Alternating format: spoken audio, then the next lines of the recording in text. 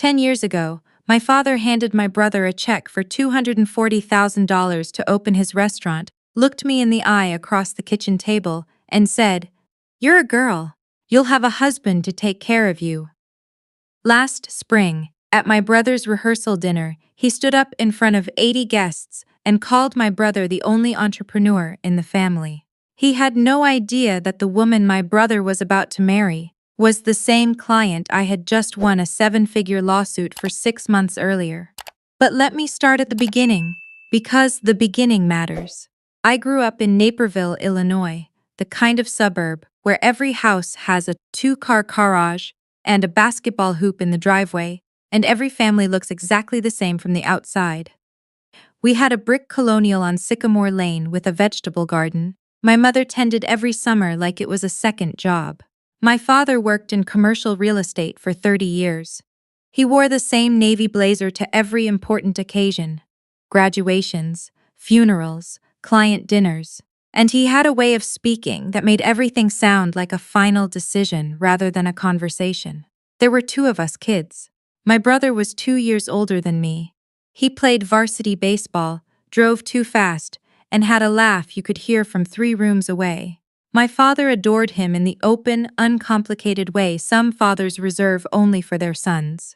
Friday night games, handshakes that turned into half hugs, a 20 in his pocket just because. I was the one who made the honor roll every semester.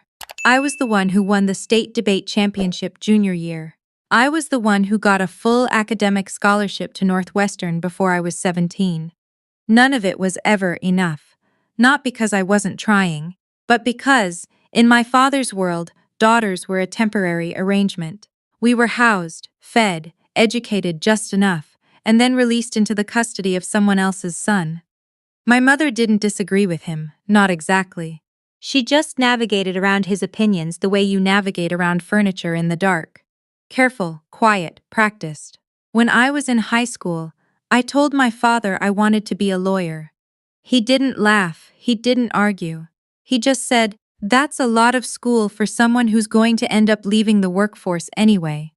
Then he turned back to the game. I wrote it down in a notebook that night, not because I needed to remember it, because I needed to be able to look at it later and say, that is what I was working against. That is exactly what I was working against. My brother announced junior year of college that he wanted to drop out and open a restaurant. My father didn't blink. He flew out to visit the location my brother had scouted in Wicker Park, shook hands with the leasing agent, and wired the money within the month. $240,000. I know because my mother told me, whispering it like it was a secret, like the amount itself was something shameful. That same year, I asked my father if he could help with my first year of law school. Not all of it, not even half. Just enough to cover the gap after scholarships and work study. He said, and I remember this precisely, "You're smart enough to figure it out on your own.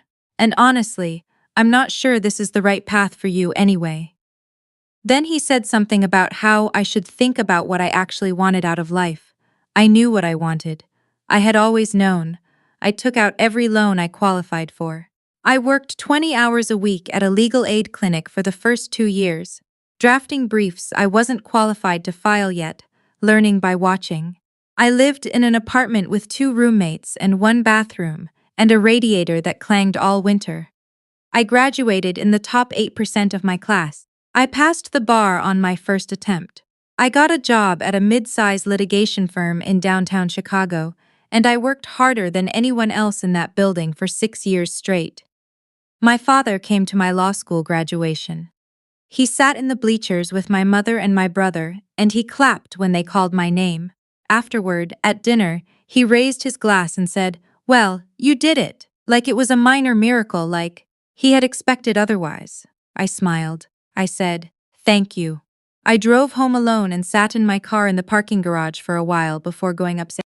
That was the thing about my father. He didn't hate me. He just didn't see me. Not really. And sometimes that's worse. The years after that were the years I built something. I made partner at 31, which was not nothing. It was actually the youngest woman to make partner in my firm's 40-year history.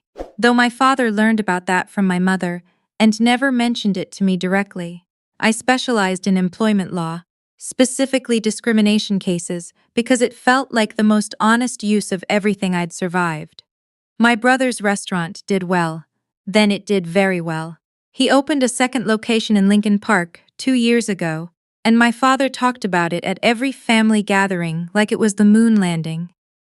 He kept a framed article from the Tribune food section on the wall of his home office. I had seen it every time I visited for the past 18 months. My brother fell in love with a woman I had never heard him mention before he announced the engagement. My mother called me on a Sunday night in November. She did that when she didn't want my father in the room. I had learned to read her timing the same way I read courtroom dynamics. The hesitation before she spoke told me everything about what kind of conversation was coming. "Your brother proposed," she said, "to a woman named Jillian. They're having a rehearsal dinner at the end of April. Your father wants to do it big. He's booked the private room at Sable." Sable was a steakhouse in River North, where the cheapest entree was $62. I know because I'd taken clients there. "That's wonderful," I said. I meant it mostly. "You're invited, of course." She paused. "But your father, he mentioned that he'd prefer if you didn't bring up your work. He thinks it might make things awkward." Jillian's family is very traditional. He doesn't want anyone feeling like they have to compete. I sat with that for a moment. He doesn't want me to mention that I'm a lawyer. He just wants the focus on your brother. "The focus is always on my brother, Mom." She didn't say anything. "I'll be there," I said. "Tell him not to worry." I almost didn't go. The week before the rehearsal dinner, I had a voice in my head that sounded exactly like good sense, telling me to send a card and a gift and keep my distance. But then I thought about being 22 years old and sitting at a kitchen table while my father handed my brother the life he would never even consider handing me, and I thought, I am not disappearing from my own family.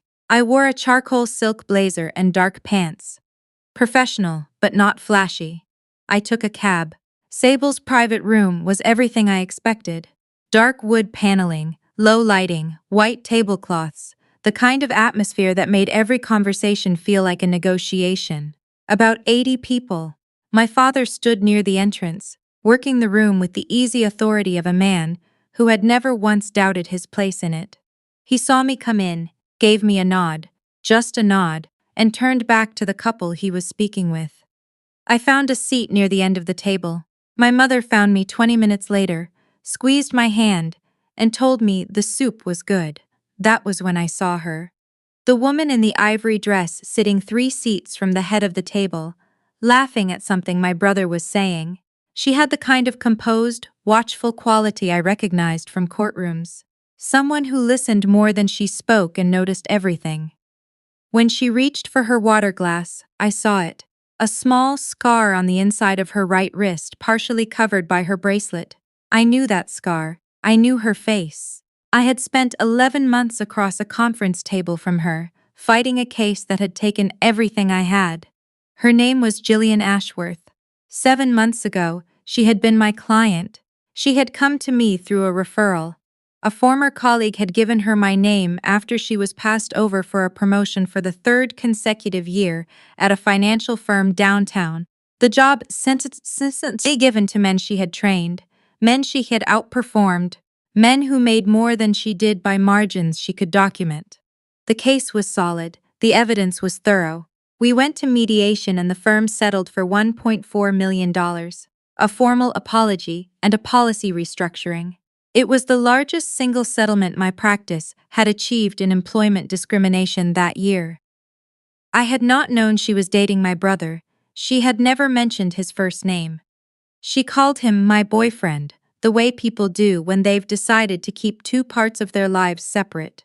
And I had not asked questions that weren't relevant to the case. That wasn't how I worked. I sat very still. At 8 o'clock, my father stood and tapped his glass. The room quieted. He had the kind of voice that rooms obeyed, deep and unhurried, shaped by decades of making people listen. "Thank you all for joining us tonight," he said. "This family has a lot to be proud of.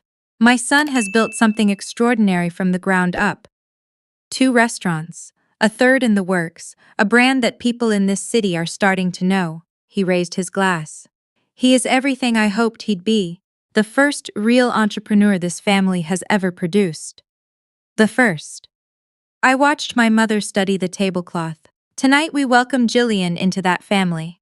My father continued, and I couldn't be more grateful that my son found a woman who appreciates everything he's built. Applause. My brother grinning.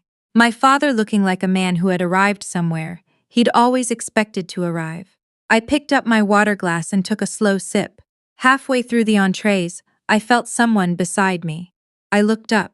Jillian was standing at my elbow, holding her wine with both hands, looking at me with an expression I couldn't immediately name. "I'm sorry to interrupt," she said quietly, "but I need to ask you something." I set down my fork. "You're his sister," she said. "It wasn't a question, I am." She exhaled slowly. "I didn't know he had a sister-in-law. He's mentioned you, but only. He said you worked in an office, something administrative." She paused. "He never told me your last name. It's the same as his."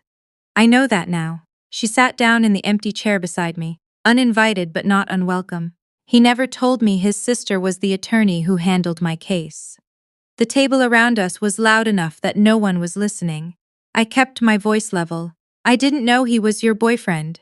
You always called him my boyfriend." "I know." She pressed her lips together. "I kept my work life separate. He didn't know the details of the case either." She looked down at her wine. "But the settlement. He knew there was money. He saw it come in. He assumed it was. He told people I inherited it." I felt something cold move through me. "He told people I inherited money from a relative," she said. "He told his father that. He told his friends that." She looked up. "I only found out last week when his mother mentioned it in passing, and I had no idea what she was talking about."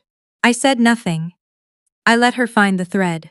"I confronted him about it," she said. "He said he thought it sounded better. He said a lawsuit would make people uncomfortable. He said my family wouldn't understand." She turned to look at my brother, still laughing at the head of the table. "He rewrote what I did, without asking me." "I'm sorry," I said, and I meant it. "Did you know," she said, turning back to me, "that he told me you manage billing at a medical office?" I looked at her. "No, I didn't know that. He said you were. He implied you weren't very professionally established, that you'd had a hard time finding your footing."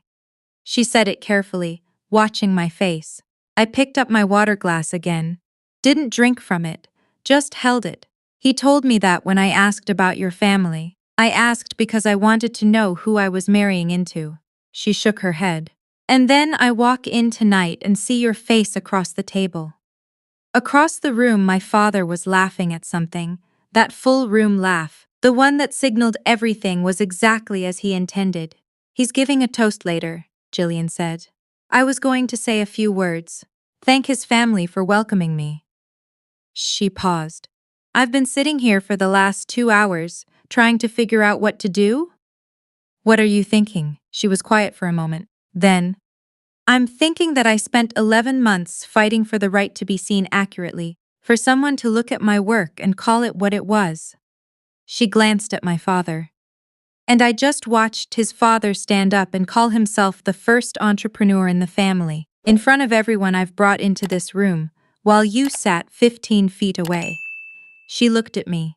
"What does he think you do?" "I don't think he thinks about it much." He said it tonight.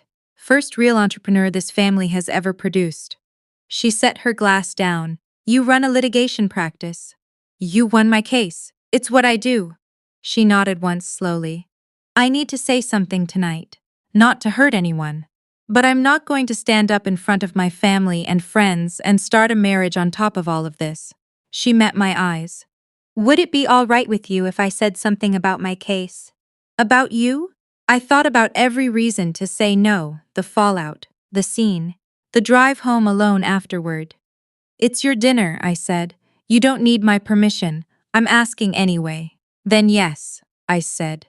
"Say what's true." She nodded and stood up quietly, touching my shoulder once before she walked back toward the head of the table. Please like and subscribe if this story is speaking to you. Drop a comment and tell me where you're watching from. And don't go anywhere. Because what happened next? I didn't see any of it coming. 20 minutes later, the MC, a friend of my brother's, tapped the microphone. We'd love to hear from the bride-to-be. Jillian stood. She was composed in the way I had always found her composed in our meetings, clear-eyed, economical, unhurried. She adjusted the microphone and looked out at the room. I want to start by saying thank you, she said, to everyone who came here tonight. My family, my friends, people who have known me for years, and people I'm still getting to know. She smiled. I'm a private person. Some of you know that better than others. I don't talk about my work very often. I don't talk about hard things in public very often. She paused. Tonight I'm going to make an exception.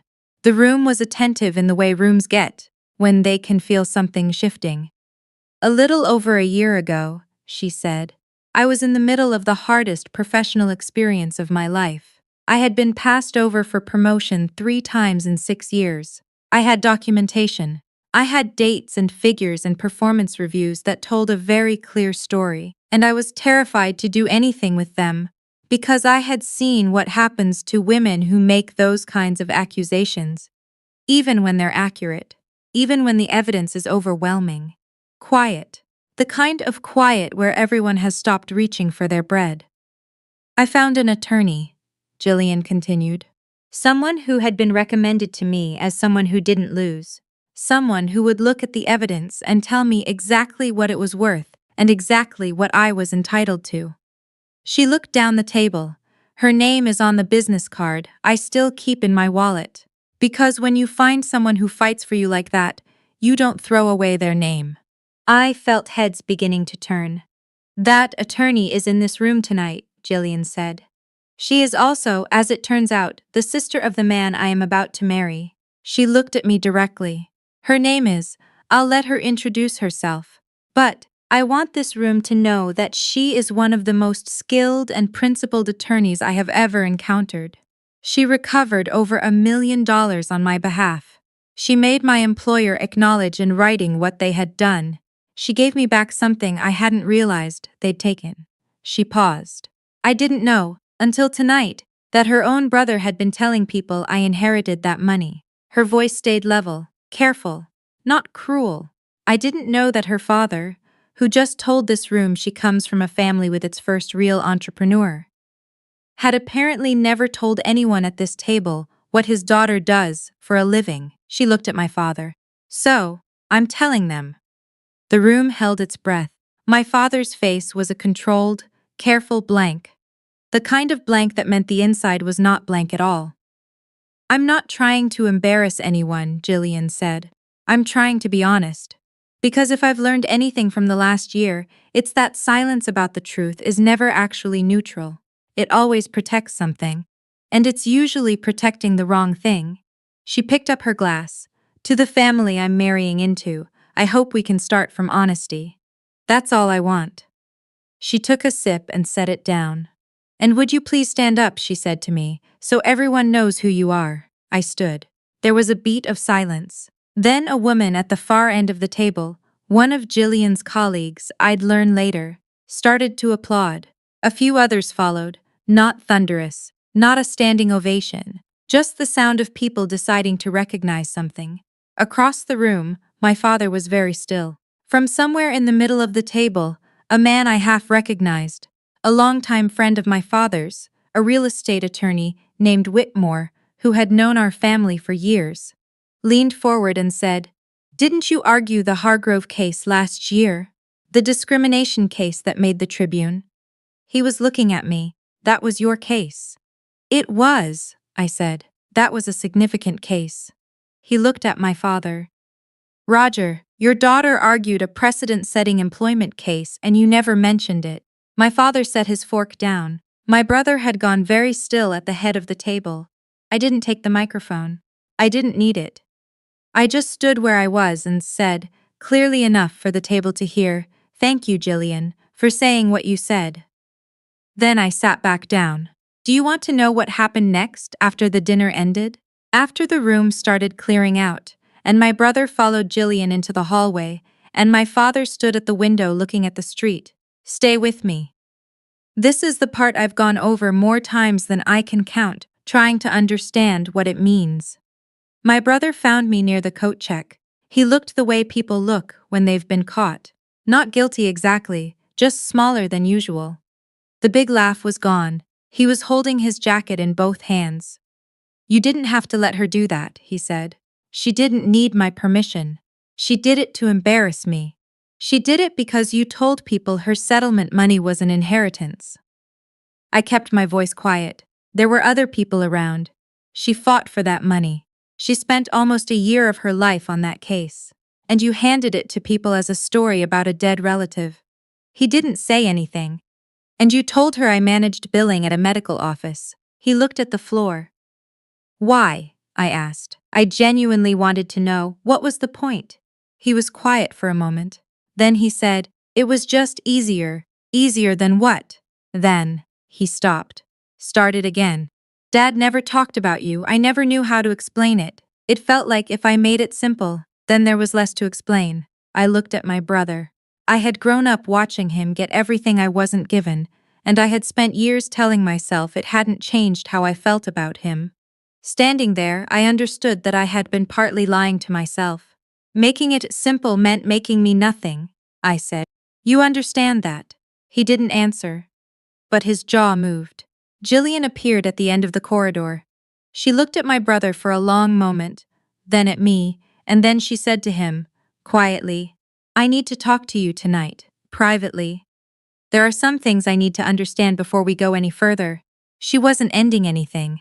Not publicly, not that night, but the way she said it, the measured, non-negotiable way, told me she was someone who had learned to be very precise with her words. I had spent 11 months watching her be precise with her words. I knew what it meant when she spoke that way. My brother nodded and followed her. I got my coat. My mother found me at the door. She hadn't said anything all night. She had sat at the table and watched and smoothed her napkin across her lap, over and over, the way she did when she was managing something. But she found me at the door, and she took both my hands in both of hers. I should have said something, she said, years ago, about your career, to your father. I should have made him understand what you were doing. Her voice was steady, but her hands weren't. I just never knew how. I know, Mom, he's not. She stopped. He's not a bad man. He just grew up in a time that… I know that too. I am so proud of you. She said it the way you say something that has been waiting a long time to be said. Not easily, not casually, but with the deliberate weight of someone who has finally decided the cost of silence is higher than the cost of speaking. I have been watching your career from a distance for years. I've read about your cases. I tell my friends. I just never… She closed her eyes briefly. I never said it to you. You're saying it now. She pulled me into a hug. My mother and I were not physical people with each other. We were shoulder squeezes and quick embraces at holidays. This was different. She held on. When she let go, she said, What should I do about your father? That's not for me to answer. He's going to be… Tonight was a lot for him, Mom. I looked at her. Tonight was a lot for me. Tonight has been a lot for 31 years. She nodded. She understood. I walked out into the April night. The street outside Sable was wet from an earlier rain, the streetlights making halos on the pavement. I stood on the sidewalk and pulled out my phone and called a car and waited. A week later, Jillian called me. Not as a client. As something harder to name. She said she and my brother were in couples counseling, that she had told him very clearly the things she needed him to understand before she would agree to move forward. That her professional history was her own to share or not share. That her money was not a story for him to soften. That the people in his life were not inconveniences to be flattened into simple explanations. She said she didn't know yet what she was going to decide. But she was deciding from a clear place, not a confused one. I thought that was the right way to do it. My father texted me 9 days after the rehearsal dinner. He was not a man who texted. He was not a man who reached out first, ever, for anything. The text said, Your mother told me about the Hargrove case. I looked it up. Can we have lunch? I read it 3 times. Then I wrote back. I'm available the second week of May. Let me know what day works. Not warm, not closed, just honest about where I was. My brother came to my office 2 weeks later. He sat across from me at the conference table, the same table where I had sat across from Jillian for 11 months, and he said, I don't know how to apologize for something I didn't think I was doing wrong at the time. That's a start, I said. Admitting you didn't think you were doing it. I've spent my whole life watching Dad treat you like. He stopped. I thought I was just not making it worse. I thought neutral was okay. Neutral isn't okay when someone is being erased. He looked at his hands. I don't want to be your enemy, I said. I never have, but I'm not going to pretend things were fine when they weren't. He nodded. I know. We didn't hug when he left, but he paused at the door and said, Your office is nicer than mine. And it was such a specific, odd, my brother thing to say that I almost laughed. Almost. Here is what I have learned. Not as a today's lesson, but as something that has settled in me slowly, the way things do after a long time. You cannot make someone see you if they've decided not to look. You can stand in the light, you can build something real, you can do the work, and earn the credential, and win the case, and walk into every room ready. And some people who love you even, will still look directly at you and choose to see something smaller. Something safer, something that doesn't complicate what they've already decided about the world. That is their failure, not yours. It has always been their failure. I stopped waiting for my father to volunteer his pride. If he offers it now, I will accept it with the careful, measured gratitude of someone who has learned not to need it. That is not coldness. That is self-preservation. That is knowing the difference between a door and a wall. I have a framed print in my office, above the window that faces the street. It's not inspirational. It doesn't have a quote. It's a map of Chicago, the one I bought the week I passed the bar, when I was 25 and had $63 in my checking account, and no furniture and more student debt than I want to say out loud. I bought it because I wanted something on the wall that said, You're here, you arrived. I look at it sometimes between clients. When the day is long, or the case is hard, or I get tired in a way that has nothing to do with sleep. I'm still here. I still arrived. That part never changed, no matter who decided not to notice.